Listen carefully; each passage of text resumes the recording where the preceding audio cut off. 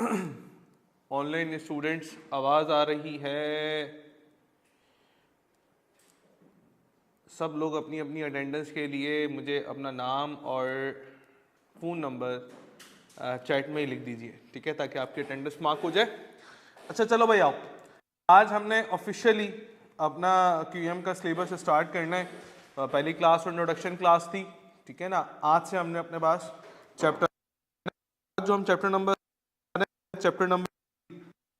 जैसे कि हमने डिस्कस किया क्लास में कि चैप्टर नंबर 3 से हम इस दफ़ा सिलेबस स्टार्ट करेंगे और चैप्टर नंबर है मैथमेटिकल प्रोग्रेशन।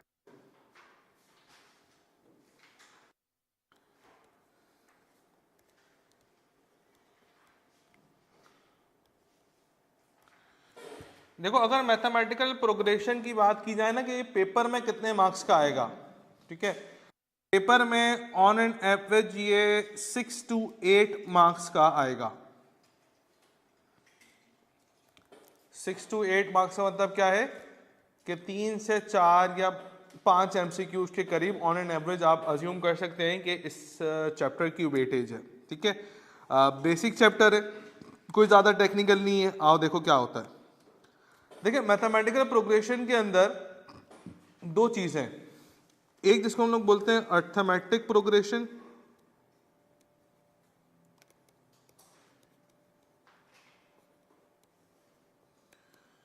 और एक जिसको हम लोग बोलते हैं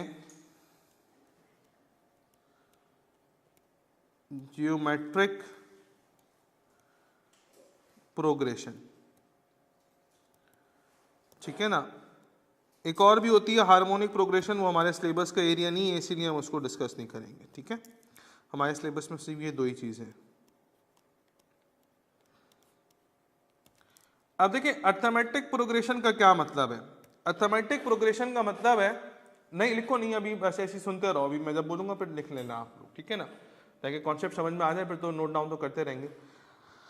अर्थमेटिक प्रोग्रेशन एक ऐसी नंबर ऑफ सीरीज को बोलते हैं जिसमें हर आने वाला नंबर, बाद में आने वाला नंबर जो है, या तो एक खास नंबर को प्लस करके आएगा या तो खास नंबर को माइनस करके आएगा। फॉर एग्जाम्पल, मैं एक सीरीज लिखता हूं कि 4, 8, 12, 16, 20, 24, 28 एंड सो ऑन। क्या हो रहा है, क्या प्लस हो रहा है, 4 प्लस हो रहा है। अच्छा, वो नंबर हर नंबर्स के बीच में ही वही होगा, ऐसा नहीं है कभी 4 हो रहा है, कभी 3 हो रहा है, कभी 2, कभी 1, ऐसा नहीं है, ठीक है। वो नंबर क्या होगा, फिक्स्ड होगा। और यहाँ पे क्या हो रहा है कि 4 4 प्लस होकर आ रहा है, ऐसा ही है, हर आने वाला नंबर 4 प्लस होकर आ रहा है, ओके। और अगर मैं कुछ इस तरीके से लिखूं कि 100, 98, 96, 94, 92, 90, 88 एंड सो ऑन, अब क्या हो रहा है, माइनस होकर आ रहा है। क्या माइनस होकर आ रहा है, -2 होकर आ रहा है। क्या ये बात समझ में आ रही है या नहीं आ रही। तो अर्थमेटिक प्रोग्रेशन में क्या होता है कि हर आने वाला नंबर या तो प्लस होकर आएगा या तो माइनस होकर आएगा, ठीक है। इस प्लस या माइनस होने वाले जो नंबर है इसको हम लोग बोलते हैं कॉमन डिफरेंस। क्या बोलते हैं, कॉमन डिफरेंस। डिफरेंस तो समझ में आता है ना, डिफरेंस का मतलब जो है वो जो चेंजिंग आ रही है उसके अंदर कॉमन क्यों कह रहे हैं, क्योंकि वो हर किसी के अंदर सेम ही है, ठीक है ना। और कॉमन डिफरेंस को हम किस तरीके से रिप्रेजेंट करते हैं, स्मॉल डी से रिप्रेजेंट करते हैं। इसका सिंबल क्या है, स्मॉल डी, ठीक है। सीरीज की जो फर्स्ट टर्म है, सीरीज की जो फर्स्ट टर्म क्या है मेरे पास, सब पहले वाली सीरीज की फर्स्ट टर्म क्या है 4, दूसरी वाली सीरीज की फर्स्ट टर्म क्या है 100। तो जो फर्स्ट टर्म है उसको हम ए से रिप्रेजेंट करते हैं। किससे रिप्रेजेंट करते हैं, तो पहले वाली सीरीज में ए की वैल्यू क्या है भाई 4 है, दूसरी वाली ए की वैल्यू क्या है 100 है, ठीक है ना। अच्छा, इसको हम T1 भी कह सकते हैं। T1 का मतलब क्या है, टर्म 1। अब जैसे 8 है, पहली वाली सीरीज में 8 है, 8 क्या है सेकंड टर्म, तो उसको हम क्या बोलेंगे T2। फिर 12 है, उसको क्या बोलेंगे T3। इस तरह से बढ़ते रहेंगे T4, T5, T6, T7, T8, 9। ऐसा आ रही मेरी बात समझ में या नहीं आ रही? फर्स्ट टर्म को ए भी बोलेंगे और T1 भी बोलेंगे। आ रही है बात समझ में? है भाई कोई मसला? ओके। इसके अलावा जो सीरीज की जो लास्ट टर्म होती है, लास्ट टर्म, उस लास्ट टर्म को बोलते हैं हम एल से रिप्रेजेंट करते हैं। ठीक है, अब क्योंकि ये दोनों सीरीज में मैंने आगे डॉट डॉट डाले हुए, इसका मतलब ये सीरीज अभी चल रही है, हमें नहीं पता।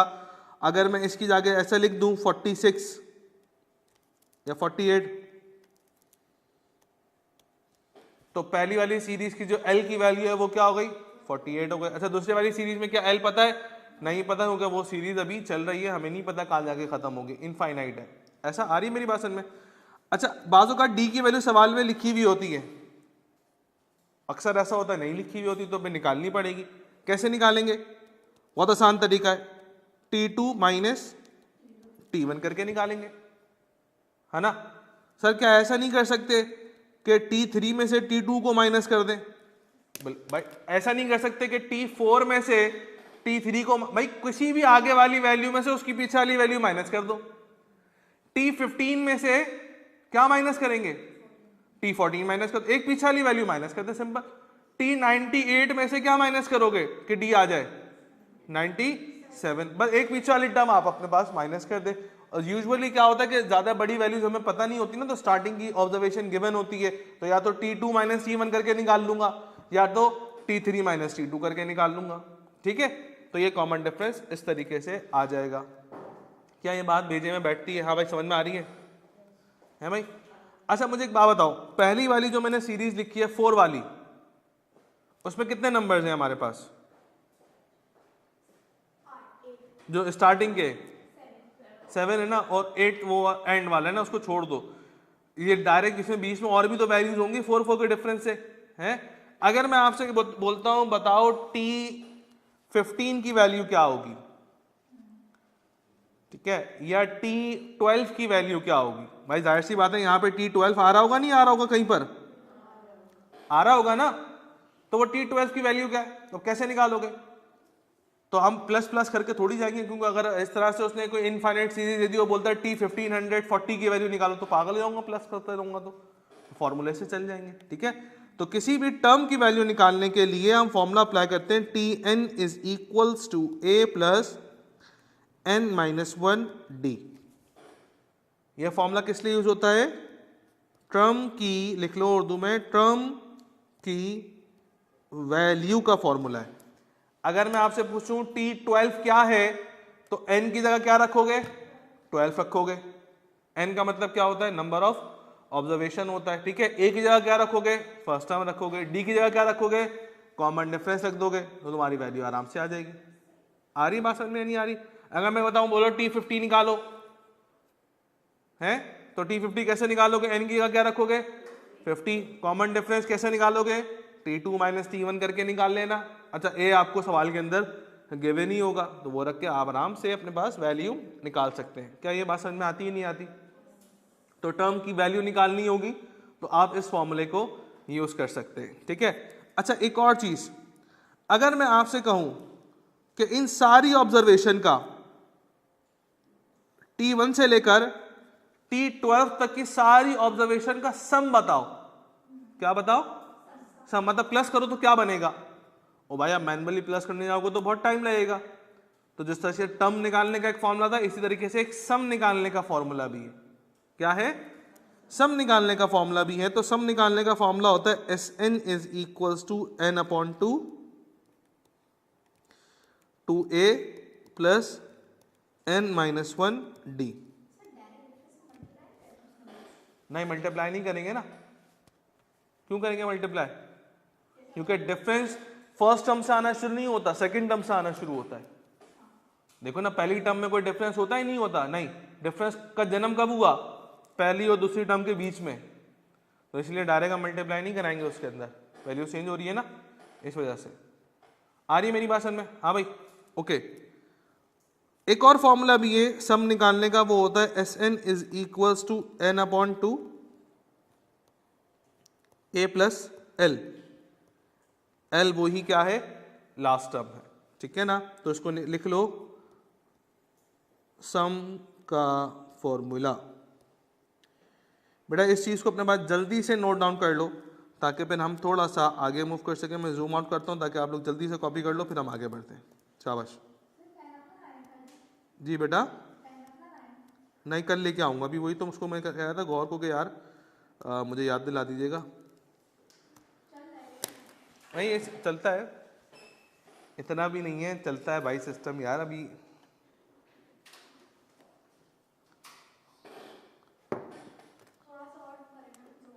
थोड़ा सा और जूम आउट करूँ, जूम इन करूँ, आउट करूँ, ये लो बिल्कुल छोटा ना हो जाए। विजिबल है ऑनलाइन स्टूडेंट्स? बेटा सना, मुस्फिरा और क्या यूनिक समझ में आ रहा है?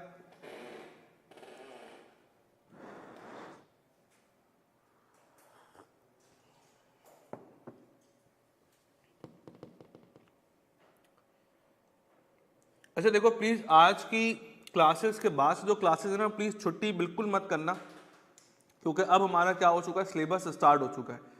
ठीक है, एक रिदम बनने के लिए क्या होता है कि स्टार्टअप की जरूरत होती है। अब सिलेबस स्टार्ट हो गया, अब छुट्टी करोगे अपना लॉस करोगे।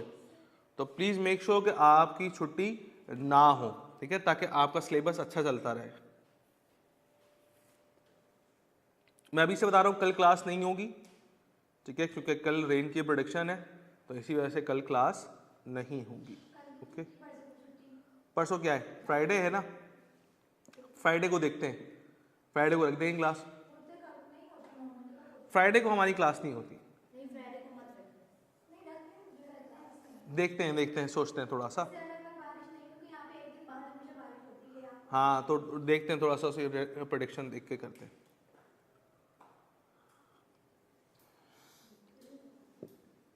ओके, रेन की जो प्रोडिक्शन है वो 22 to 25 है। उन्होंने किसी स्पेसिफिक डेज नहीं दिए, उन्होंने एक पूरा रेंज दिया कि भाई 22 से 25 के बीच में बारिश हो सकती है। गूगल के मुताबिक कल बारिश है।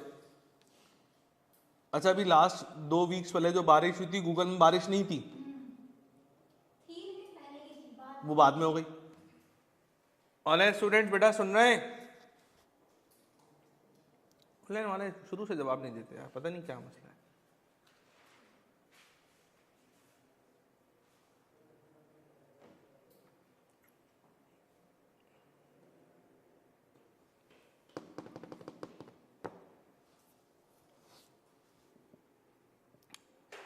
सुन रही मैं, ओके।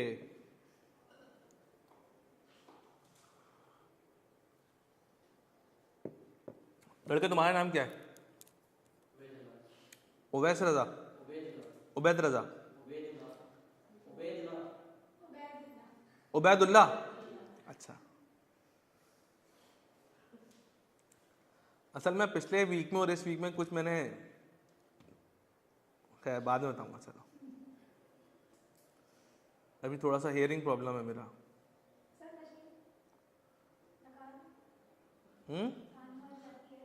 नहीं नहीं, कोई ऐसा हियरिंग प्रॉब्लम नहीं है, वरना मुझे आवाज़ आ जाती है। काम वाली बात मैं सुनता हूँ।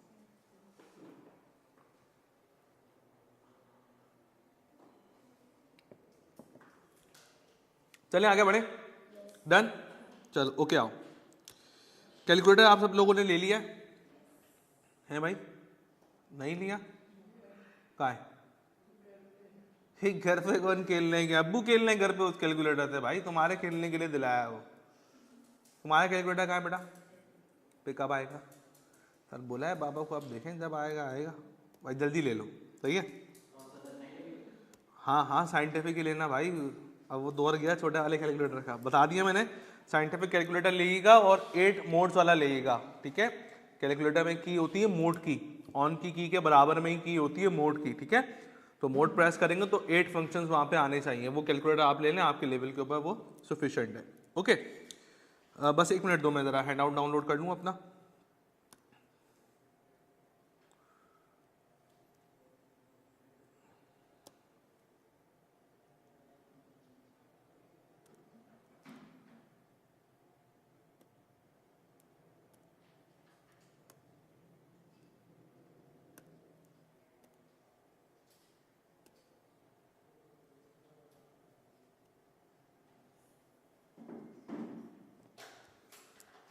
बेटा प्लीज़ ज़रा आप लोग बोर्ड के ऊपर फोकस करो और सारी चीज़ें छोड़ दो, सवाल देखो ज़रा कि सवाल क्या होता है और सवाल किस तरीके से हमसे पूछा जाएगा। प्लीज़ सबका फोकस इधर हो, सारे काम छोड़ दें, कुछ लिखिएगा नहीं।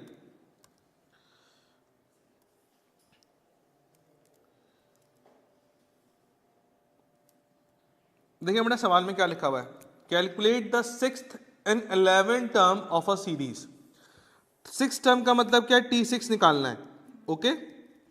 11 टर्म का मतलब क्या है, अब ऑब्वियस सी बात है T6 में n की वैल्यू क्या होगी, 6 होगी, और T11 में n की वैल्यू क्या होगी भाई, 11 होगी। ये बात समझ में आती है ना, okay. Of a series which starts at 7, इसका मतलब क्या मैं लिख सकता हूं कि a की वैल्यू 7 है and has a common difference of 6, और d की वैल्यू क्या है, 6 है। क्या इतना डेटा सफिशिएंट है कि मैं T6 और T11 निकाल सकता हूं, बिल्कुल निकाल सकता हूं। T6 के लिए फॉर्मूला क्या होगा सर, फॉर्मूला होगा Tn is equal to a plus n minus 1 d, तो n की जगह रख दो 6, a की जगह रखो 7 plus 6 minus 1 multiply bye 6, d की वैल्यू 6 है। अच्छा, जब भी आप ब्रैकेट लगाओ तो ब्रैकेट के बाद जब भी नंबर लिखोगे तो मल्टीप्लाई के साइन के साथ लिखना, वरना फिर वो एरर भी दे सकता है, ठीक है ना। तो जब भी आप ब्रैकेट ओपन करके 6 माइनस 1 करके ब्रैकेट क्लोज करेंगे तो मल्टीप्लाई करके 6 डालना। बताएं T6 क्या आ रहा है, 37, ठीक है। अच्छा, मुझे T11 भी निकालना है, T11 के लिए भी same formula, Tn is equal to a plus n minus 1 d, ये हो जाएगा T11 is equal to 7 plus 11 minus 1 multiply by D, okay. बताओ T11 क्या आ रहा है, 67, that means which option is correct, A is correct. आपने करना यह है कि सिर्फ क्वेश्चन नंबर 1 लिखें और सिर्फ सॉल्यूशन कॉपी करें, सवाल कॉपी करने की जरूरत नहीं है। सवाल मैं आप लोगों को PDF शेयर कर दूंगा व्हाट्सएप के ऊपर, ठीक है ना। सिर्फ क्वेश्चन नंबर 1 लिखें और उसका सॉल्यूशन करके सॉल्यूशन को कॉपी कर लो।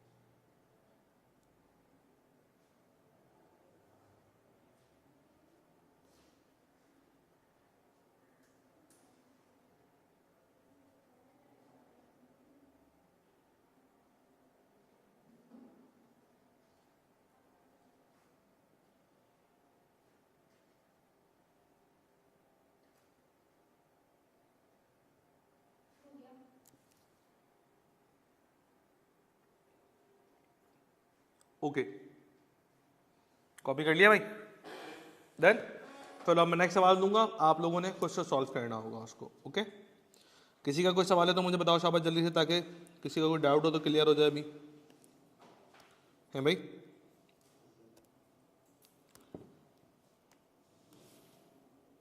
चलो अब आप लोग मुझे बताओ, उसको सॉल्व करो कि इसका आंसर क्या बनता है।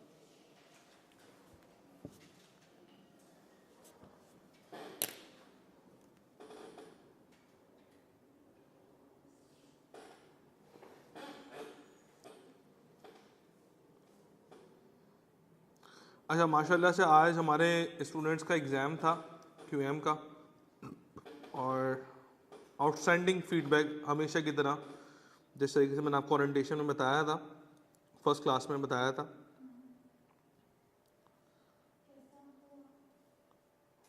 बेहतरीन। देखो मज़ा, ये लिख रहा है बच्चा, ये बच्चा पता नहीं कौन है, ये MR पता नहीं क्या नाम है इसका, पता नहीं। ठीक है, ओवरऑल पेपर बहुत अच्छा हुआ है, मज़ा आ गया था पेपर देख के। Thank you so much sir for your great efforts on us, you are the best teacher ever. ये मैं नहीं कह रहा हूँ भाई, अभी अभी मैसेज आया, आप लोग देख सकते हैं। इधर आओ, देख लो, तुम देख लो, तुम क्लास की मॉनिटर तुम हो। नहीं यकीन है इस बात पे? नहीं है?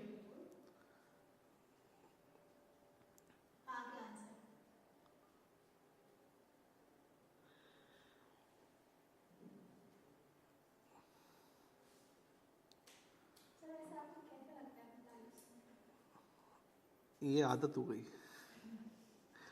नहीं देखो, तारीफ सुनने का मसला नहीं है। पहले ऐसा होता था कि अगर आप मेरी फेसबुक प्रोफाइल देखो ना, तो 5 साल पहले 6 साल पहले मैं बच्चों की पूरी पूरी चैट्स शेयर करता था कि किस बच्चे ने कैसा फीडबैक दिया, पूरे पूरे स्क्रीनशॉट में फेसबुक पर डालता था। आप जाके देखना, मैंने 40 50 स्क्रीनशॉट डाले हुए, ठीक है ना। लेकिन अब मैं ये काम नहीं करता। उसका रीज़न ये है कि अब मुझे वो नॉर्मल सी लगती है बात, ठीक है ना। लेकिन ऑब्वियस सी बात है कि एक अच्छा ज़रूर फील होता है कि यार बच्चे मेहनत कर रहे हैं। और देखो ये ना दोनों साइड से होता है। मेरे अच्छे पढ़ाने से कोई फ़ायदा नहीं होगा तब तक जब तक स्टूडेंट अच्छा ना हो पढ़ने वाला। भाई मैं यहाँ से बोले चले आ रहा हूँ, उसकी समझ में ही नहीं आ रही बात, ठीक है, तो ऐसा रिजल्ट थोड़ी आता है फिर। लेकिन मैं कोशिश करता हूँ कि भाई बच्चा जो हो वो सही तरीके से पढ़े, क्योंकि आप लोगों को अपने पढ़ाई के लिहाज से अच्छे बुरे का नहीं पता किस तरीके से पढ़ना है, किस तरीके से अपने आप को टाइम मैनेज करके चलना है। जाहिर सी बात है वो टीचर्स का काम है कि आपको डिसिप्लिन में लेके आए। फिर एक दफ़ा जब डिसिप्लिन में आ जाएगा, बच्चा की गाड़ी चल पड़ती है, तो फिर उसको पता होता है कि मुझे अब किस तरीके से कवर अप करना है चीज़ों को, ठीक है ना। एनीवेज, तो देखो लिखा हुआ आ गए आंसर, आ गए आप लोगों के? ऑप्शन बी आ रहा है, नहीं आपका तो ऑप्शन ए आ रहा है, बी आ रहा है। अनम आपका क्या आ रहा है बेटा? चलो आओ देखते हैं। लिखा है calculate the 5th and 12th term of a series, that means T5 निकालना है एंड T12 निकालना है। ओके इसका मतलब N5 हो जाएगा और N12 हो जाएगा एक एक केसेस में। Of a series which starts at 8, ए 8 है और D आ रहा है मेरे पास -7। ओके तो T5 के लिए फॉर्मूला अप्लाई करते हैं, Tn is equal to A plus N-1D। T5 A की वैल्यू है 8 प्लस 5 -1 मल्टीप्लाई बाय -7। अगर किसी बच्चे ने इसको मैन्युअली करना है, क्योंकि आप लोगों के पास कैलकुलेटर नहीं है, तो ये हो जाएगा 4 मल्टीप्लाई बाय -7। 4 मल्टीप्लाई बाय -7 करें कितना बनता है? 28 -28, ठीक है। -28 में 8 प्लस करोगे, क्योंकि नेगेटिव का है ना, तो जब प्लस करोगे तो T5 क्या बनेगा? -20 बनेगा। आ रही है बात समझ में? अच्छा, किसी ने T12 निकाला होगा तो A प्लस N-1D का फॉर्मूला चिपका देते हैं यहाँ पर। A की जगह आ जाएगा अपने पास 8 प्लस 11 -1 मल्टीप्लाई बाय -7। अच्छा मैनुअली किसी ने किया होगा तो ये हो जाएगा 10 मल्टीप्लाई बाय -7, तो -70 हो जाएगा, है ना। और -70 में जब +8 करूंगा तो क्या बनेगा? -60 है, 60 कैसे बनेगा? सॉरी मेरी गलती है, 12 है। अब करो 84 और ये कितना बना?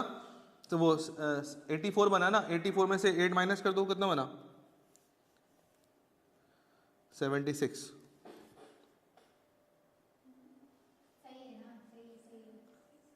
कहाँ है अपना आंसर? तो कहीं भी नहीं है, हैं? -20 और -76 तो कहीं भी नहीं है। ऑप्शन डी इज करेक्ट है।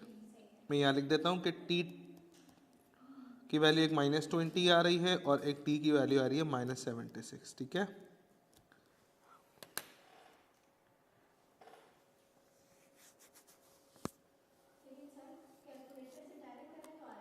क्या आ रहा है? असल में थोड़ा सा ज़रा जब 11 हो जाएगा ना वो। अच्छा क्या बना? 69 बन गया। Okay, option B. तो मैं कह रही थी आपको, मेरी बात आप मान ही नहीं रहे। चलो ओके, आ जाओ, ये लो।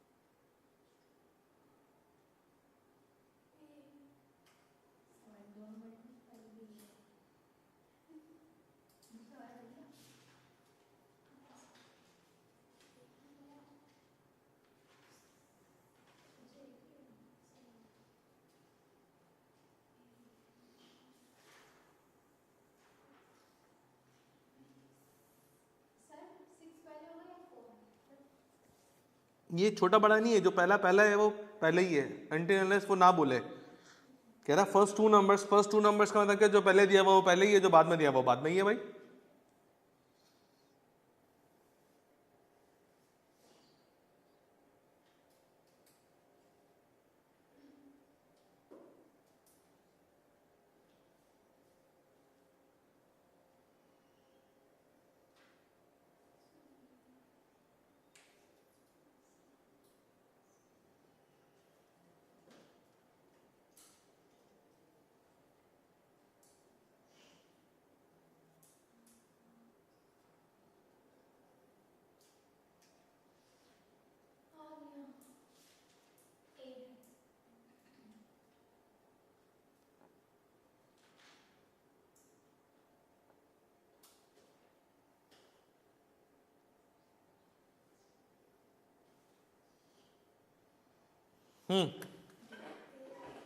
क्या आया?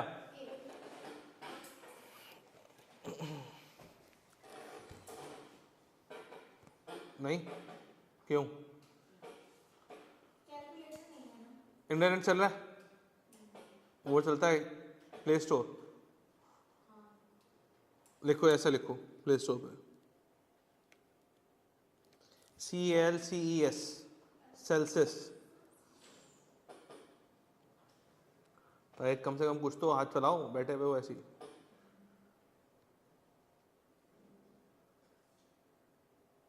आया? कुछ आया?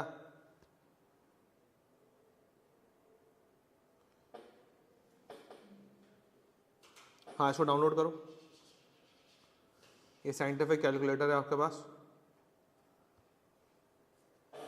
चलो ओके, अब फर्स्ट टू नंबर्स का मतलब क्या है कि जो आपकी T1 है बेटा वो कितना है? 6 है, और जो T2 है आपके पास वो क्या है? और अगर मैं कॉमन डिफरेंस निकालूंगा तो आप बोलोगे T2 माइनस T1, क्योंकि नहीं दिया हुआ मुझे निकालना पड़ेगा। 4 माइनस 6 करूंगा तो D की वैल्यू क्या आ रही है? -2। फिर कह रहा है T81 निकालो। अच्छा मुझे एक बात बताओ प्लीज, मेरी बात को जरा सुनना, बहुत टेक्निकल बात कर रहा हूं। क्या मालूम करना था? नहीं नहीं, ये देखो पहले वाले सवाल में T6 मालूम करना था, तो हमने क्या किया था? 6 माइनस 1 किया था। अच्छा क्या मैं ऐसा लिख सकता हूँ direct, T6 is equal to A plus 5D? ऐसे लिख सकता हूं भाई? देखो n माइनस 1 है ना फॉर्मूले में, तो 6 माइनस 1 करूंगा तो क्या बचेगा? 5D बचेगा। आ रही आई बात समझ में? नहीं आई? हाँ ना भाई, ये देखो छोड़ो, ये देखो मिसाल के तौर पर मैं लिख रहा हूँ T10, तो T10 में ए नहीं रखते, 10-1 है ना, तो क्या T10 को ऐसे लिख दें a + 9d, d एक कम करके लिखेंगे ना, जस्ट लाइक मैं लिखता हूं T8 को क्या लिखेंगे, क्योंकि n-1 है ना d से पहले, तो n-1, अब 8-1 करूंगा तो 7 बचेगा। आ रही है बात समझ में? अगर मैं लिखता हूं T15, तो T15 किसके बराबर होगा, 14d के। आई बात समझ में? आई नहीं आई है भाई? ओके, तो अब आइंदा से मैं ये फॉर्मूला नहीं लिखूंगा, मैं डायरेक्टली n ये माइनस करके लिखूंगा। जस्ट लाइक मेरे पास कौन सी टर्म निकालनी है, तो T81 का फॉर्मूला होगा a + 80d। आ रही बात में? ओके, a की वैल्यू क्या है, 6 + 80 × -2, तो 80 × 2 करोगे 160 हो जाएगा, और 160 में से 6 को प्लस कर दो। हाँ, तो वो प्लस करोगे तो माइनस ही होगा ना, क्योंकि वो माइनस होके हो रहा है। ठीक है, तो -154, that means option A is correct. ठीक है भाई, किसी को कोई मसला?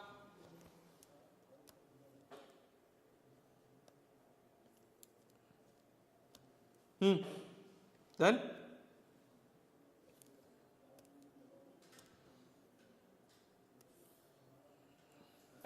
जल्दी से कॉपी कर लो, शाबाश।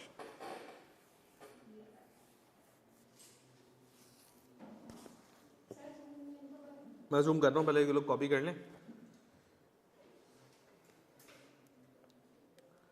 भाई समझ में आ रहा है? बिल्कुल बच्चों वाला काम चल रहा है, ठीक है ना? है नहीं आता, पे क्यों करा रहे?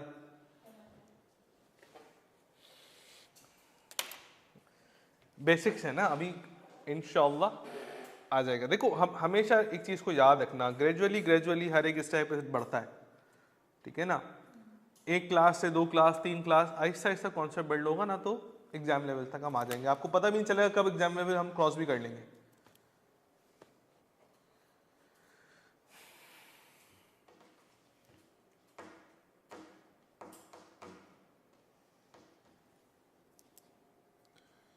चले जी, ये ले पढ़े। कॉपी कर लिया बेटा आप लोगों ने ना? चलो ये लो।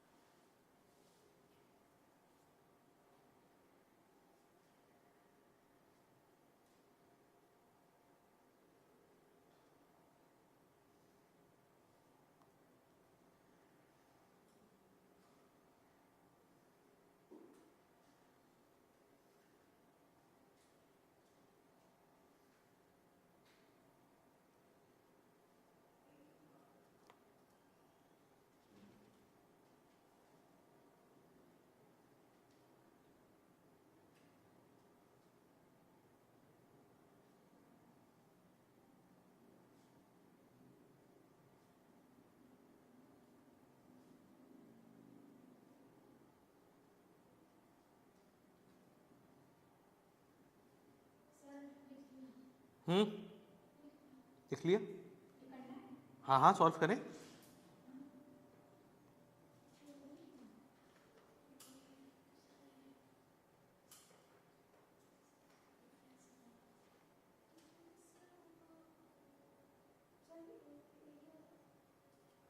पढ़ो पढ़ो पढ़ो, सब लिखा हुआ है।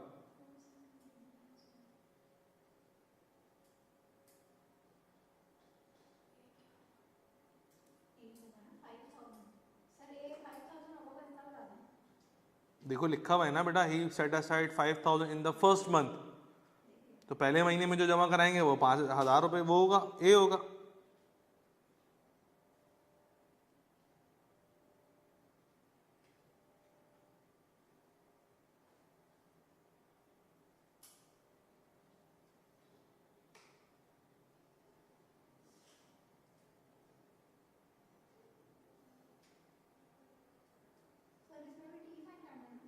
सोचो, पढ़ो, ट्रांसलेट करो। In the month of March, तो मार्च के महीने में देख लो, मार्च कितने मंथ हो रहे हैं मार्च तक जाने में, वो एन हो जाएगा तुम्हारा।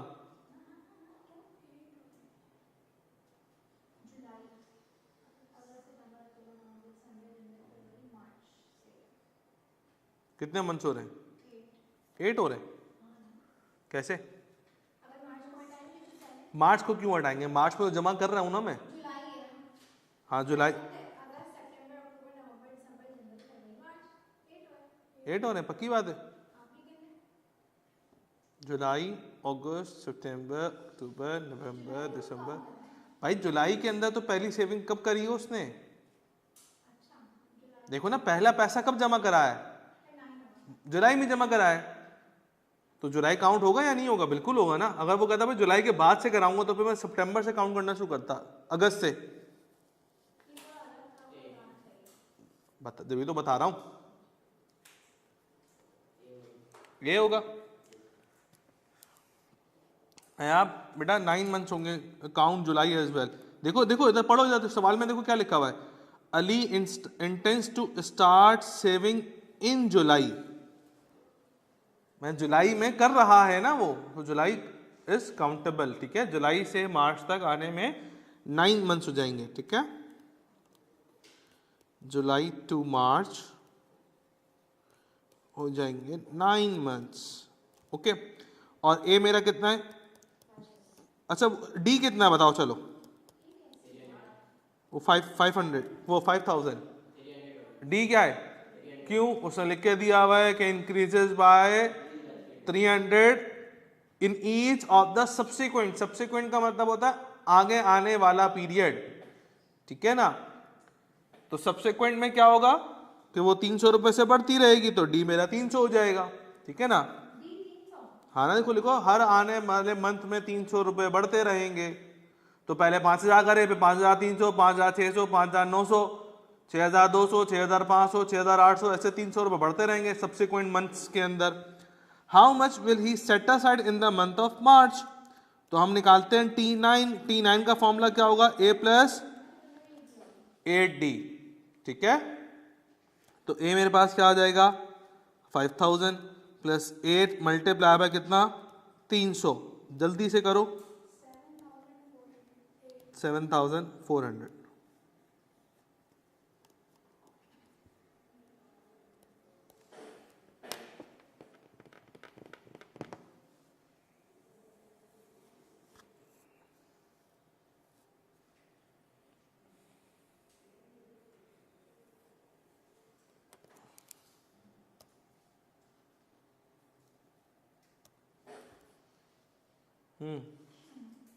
डन?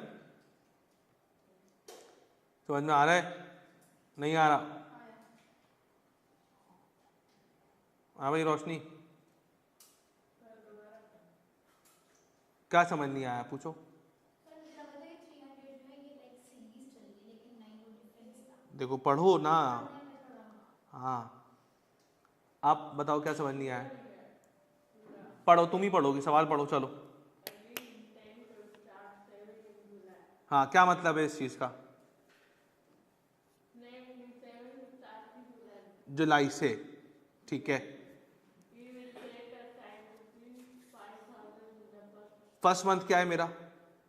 कौन सा है? हैं?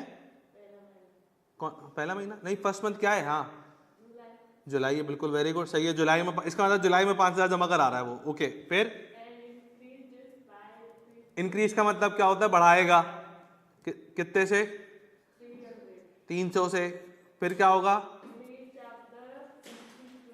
Subsequent month. ईच का मतलब होता है हर, सब्सिक्वेंट का मतलब आने वाले। तो हर आने वाले महीनों के अंदर वो 300 रुपए बढ़ाएगा। तो जो चीज डिफरेंस जो डिफरेंस कितना आ रहा होगा पेमेंट्स के बीच में? 300 रुपए का। तो डी क्या हो जाएगा? 300 रुपए हो जाएगा। देखो मैंने डी लिखा है 300 रुपए। अच्छा, फिर उसने कहा था कि फर्स्ट मंथ में कितने पैसे जमा कराएगा वो? 5000। तो मैंने ए क्या लिख दिया? 5000, क्योंकि फर्स्ट सीरीज का फर्स्ट टर्म 5 होता है, 5000 है। ठीक है ना। अच्छा, फिर आगे बढ़ो।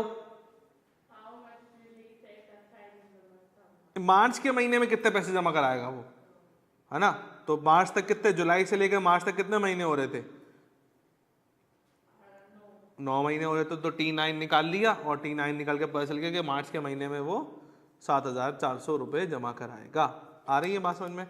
अब देखो मैं थोड़ा सा चेंज करता हूं इस चीज को, सवाल में यही दोबारा से कॉपी कर रहा हूं, डेटा क्योंकि यही है, सिर्फ रिक्वायरमेंट चेंज है।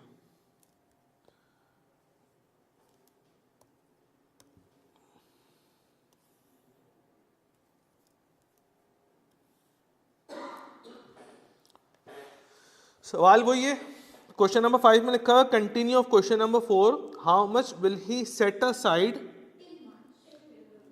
Till March. पहले कह रहा था in the month of March, के मार्च के महीने में कितना होगा, तो मार्च के महीने में वो उसने 7,400 रुपए जमा कराने। अब वो क्या कह रहा है कि मार्च तक कितना हो जाएगा जमा। तो मार्च तक कितना जमा होने का मतलब क्या है, वो सारी पेमेंट्स को पूछ रहा है कि सारी पेमेंट्स को अगर सम करेंगे तो मार्च तक कितना अमाउंट बनेगा। भाई बात समझ में आ रही है सवाल का मतलब? इन मार्च और टिल मार्च का मतलब क्या है, in the month of March का मतलब क्या था कि स्पेसिफिकली मार्च के महीने में कितने पैसे रखेगा, वो 7,400 रखेगा। अब वो टिल मार्च का मतलब क्या है कि टोटल मार्च तक कितना जमा हो गया। ठीक है, अब सम निकालेंगे इसके अंदर। तो टिल मार्च के अंदर ए तो मेरे पास बेटा वही है 5,000, ठीक है, डी मेरे पास वही है 300, और मेरे प्यारे बच्चों मेरे पास एन जो है वो 9 है। तो सम निकालने के लिए सम का फॉर्मूला है S N is equal to N upon 2a plus n minus 1 D. तो चूंकि 9 है तो n अपॉन 9 अपॉन 2, ठीक हो गया। 2 मल्टीप्लाई बाय a 5,000 प्लस, अच्छा मैं डायरेक्ट 8d लिख दूं, n माइनस 1 9 माइनस 1 करेंगे ना तो 8d हो जाएगा, थोड़ा आपको आसानी हो जाएगी। इधर सॉल्व करना कितना बनता है बेटा, what is the value of S9?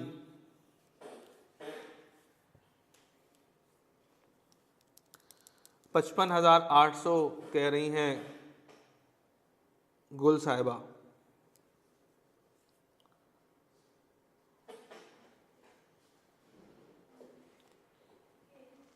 है भाई, पक्की बात है 55,000। अच्छा अगर मैं आपकी जगह स्टूडेंट होता ना तो मैं अपने टीचर से एक सवाल करता, बताओ क्या? हाँ, दूसरा वाला क्यों यूज नहीं किया? क्योंकि लास्ट वैल्यू नहीं थी। ये रही लास्ट वैल्यू 7,400। कर सकते हैं, कर लें, कोई तो एक करना था। ये लिखा हुआ ना 7,400 भाई, 90 महीने का। सर अगर करके देखें कुछ चेंज आएगा क्या? आओ करते हैं।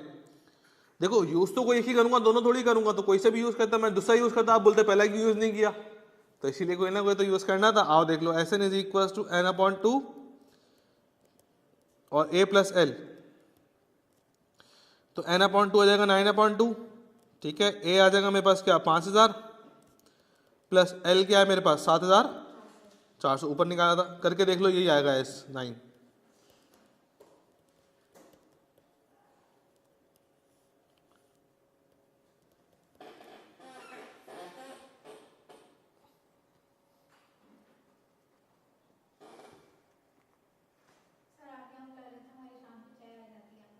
जी बेटा, तो चाय लेके आ जाएगा नहीं क्लास में, कोई मसला थोड़ी है। नहीं नहीं, ये बराबर में होटल है ना। हाँ हाँ अच्छी मिलती है, तो उससे चाय ले लिया करो। या जब प्यून मेरी चाय लेने के लिए जाता है तो मैं आप लोगों की चाय का बोल दिया करूंगा, लेकिन पैसे देने होंगे उसके। देखो मैं हर सेंटेंस पूरा बोलता हूँ ताकि बंदे को ना किसी चीज की गलत फहमी ना रहे।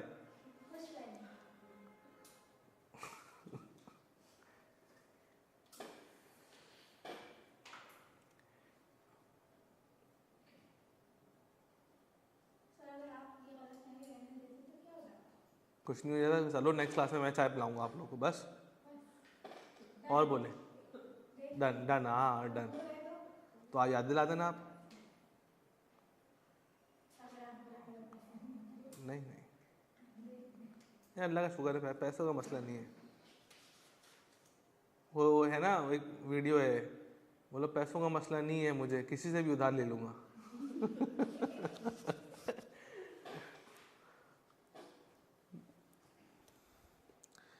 चलें आगे बढ़े भाई।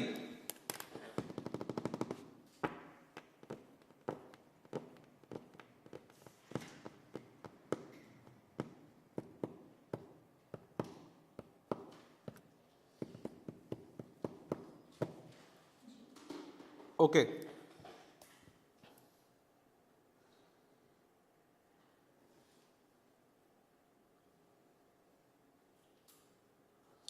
अब देखो, मैं ना क्वेश्चन नंबर 6 और 7 आप लोगों को इसलिए नहीं करवा रहा हूँ क्योंकि आप लोगों में से मोस्टली स्टूडेंट्स के पास कैलकुलेटर नहीं है, ठीक है ना।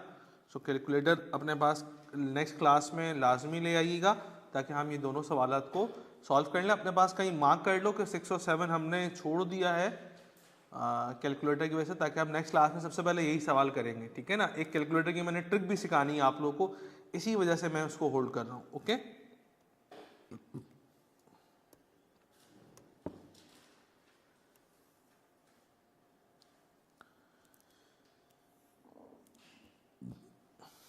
चले। अच्छा देखो, जब भी सवाल में डेटा बड़ा हो, प्लीज पहले बात सुन लें सवाल रीड करने से पहले। जब भी सवाल में डेटा बड़ा हो ना, तो देखो सवाल में फुल स्टॉप और कॉमा इसलिए दिया जाता है ताकि आप वहां रुकें और समझें कि जो बात सवाल ने अब तक बोली है वो समझ में आई या नहीं आई, ठीक है ना।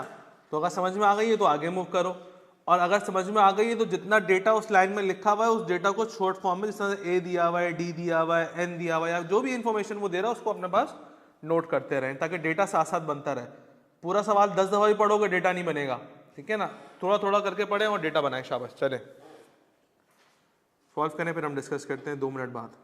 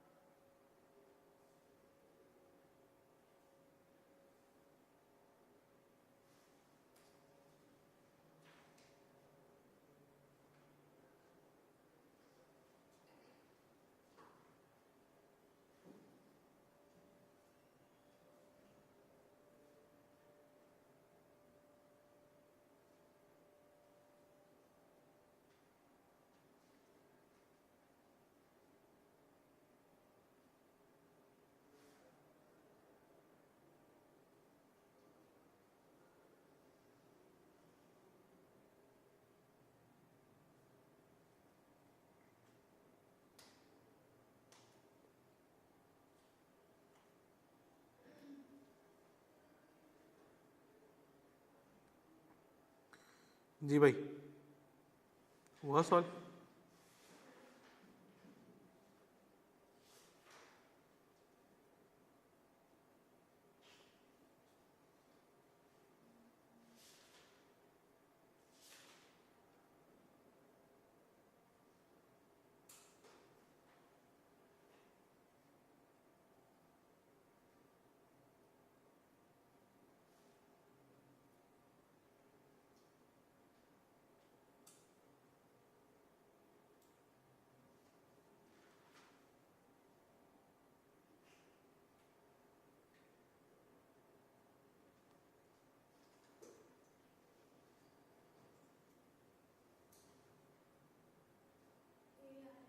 हम्म चले आए सॉल्व करते हैं। देखिए प्लीज सवाल में देखें क्या लिखा हुआ है। लिखा है companies funding a major expansion which will take place over a period of 18 months. ये मुझसे कहना चाह रहा है कि n आपका 18 है। लिखा आप लोगों ने, लिखा it will commit ₹100,000 to the project in the first month. In the first month का मतलब मुझसे ये कह रहा है कि ए लिखो 1 lakh, followed by a series of monthly payments increasing by 10,000 per month। तो मुझसे कह रहा है डी लिखो 10,000। लिखा आप लोगों ने, इतना लिखा, समझ में आया है भाई सवाल? What is the monthly payment in the last month of the project. कह रहा है last month of the project में कितनी मंथली पेमेंट होगी। तो मैंने कहा भाई टोटल पेमेंट्स का मंथ कितने, 18, तो लास्ट मंथ क्या होगा, T18, ऐसा। And what is the total month of the fund invested by, total amount of fund invested, total amount का मतलब क्या है, S18 भी मांग रहा है, क्योंकि सम करेंगे तो टोटल अमाउंट आ जाएगा। तो दोनों चीजें मांग रहा है कि आखिरी महीने के अंदर आपने कितना जमा कराना है वो भी बताओ, और टोटल कितना पैसा हो जाएगा वो भी बताओ। तुमने कहा कोई मसले वाली बात नहीं। T18 का फॉर्मूला क्या होगा बेटा, A प्लस 17D, ठीक है ना।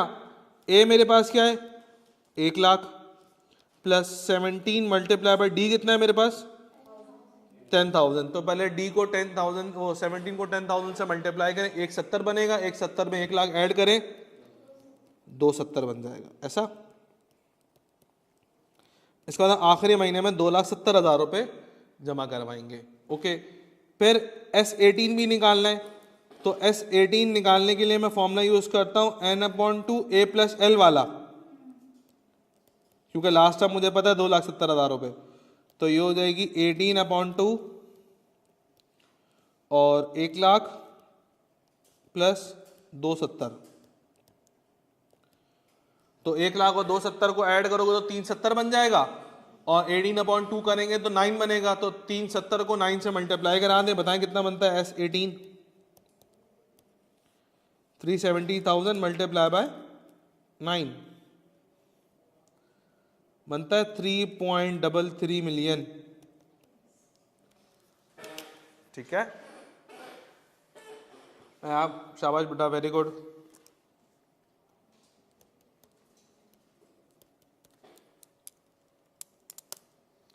हाँ भाई ईजा, समझ में आ रहा है?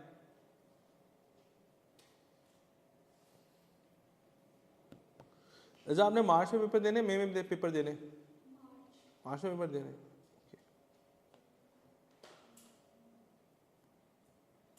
हाँ भाई चले आगे बढ़े। ओके,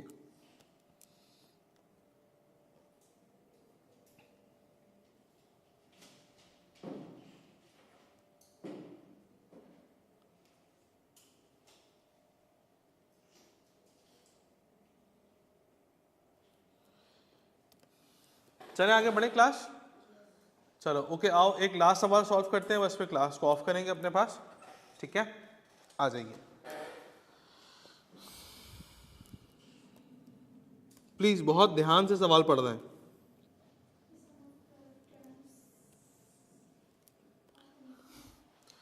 लिखा है the sum of 12 terms. 12 terms का मतलब क्या है कि n 12 है, ऑफ एन AP is 234। इसका मतलब मुझे S12 दे रहा है, कितना, बात समझ में आई ना?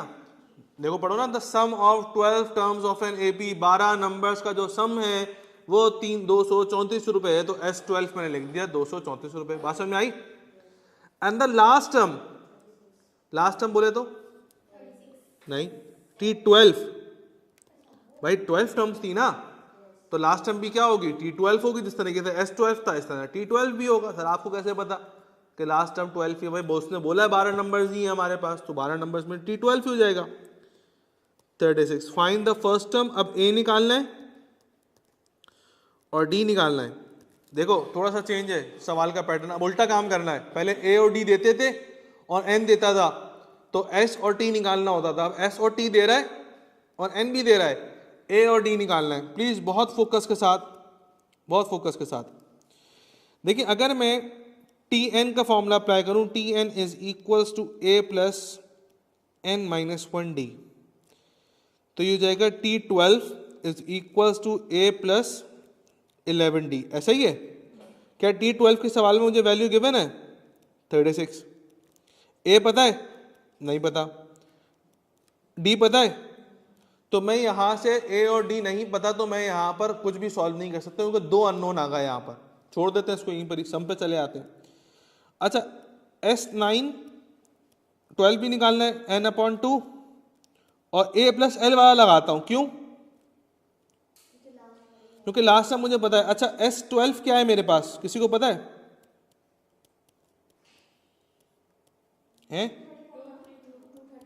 234। तो मैं S12 की जगह रख देता हूं कितना, 230।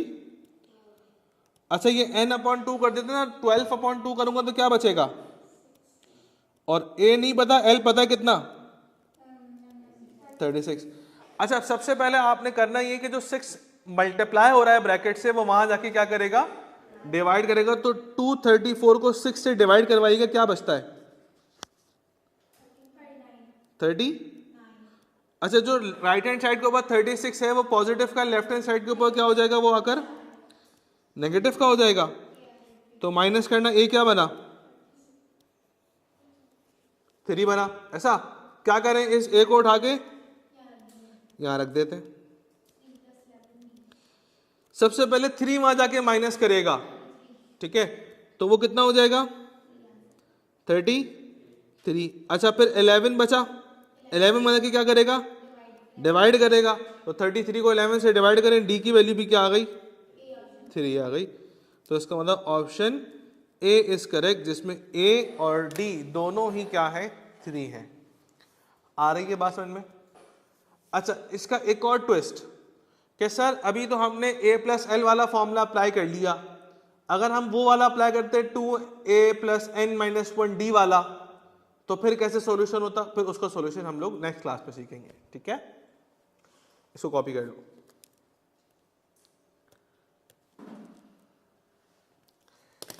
घर जाके अकाउंटिंग रिवाइज की थी भाई कल, ठीक है? कोई मसला तो नहीं हुआ किसी को? ओके, आप ले लीजिएगा यूट्यूब से रिकॉर्डेड। अकाउंटिंग की फर्स्ट क्लास हमारी हो चुकी है, क्यूएम की आज ये फर्स्ट क्लास है, ठीक है? अकाउंटिंग में हमने कल स्टार्ट कर दिया था, सही है ना? आ जाओ।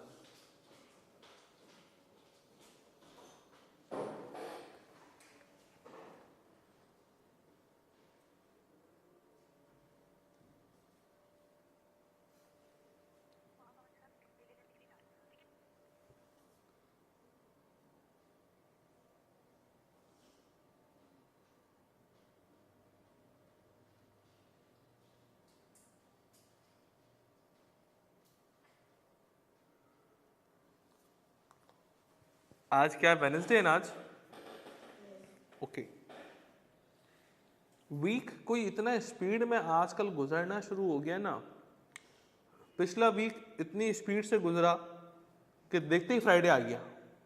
मैं वाइफ से घर में कह रहा, मैंने कहा यार अभी तो थर्सडे, तो वो कही नहीं थर्सडे नहीं कल फ्राइडे। मैंने कहा यार ये फ्राइडे इतनी जल्दी दिन हफ्ता गुजर गया। और ये हफ्ता भी देखें आप, वेडनेसडे हो गई है, कल सिर्फ थर्सडे का दिन गुजारना है, फिर फ्राइडे खत्म हफ्ता।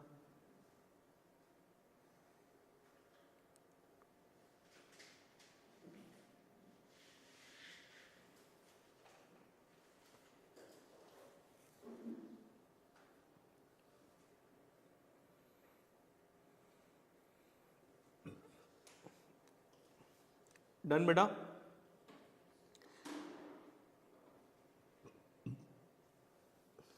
अनम एक काम करिए, इन सारे क्वेश्चंस की पिक्चर आप ले लो और ग्रुप में आपको ऐड किया है ना, उस ग्रुप में डाल दो, ताकि बच्चा जो है ना इसको रिवाइज जरूर करके आए, फिर मुझसे सवालात ना मांगे। पीडीएफ फिर मैं नेक्स्ट क्लास में शेयर करूंगा, ठीक है ना?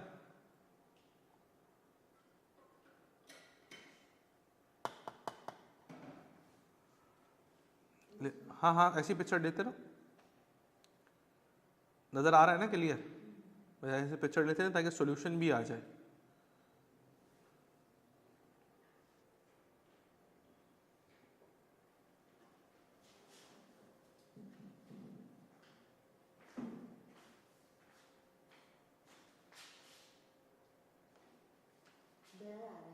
ब्लर आ रहा है, चलो ओके, फिर लैपटॉप से ले लेना पिक्चर, अभी रुक जाओ।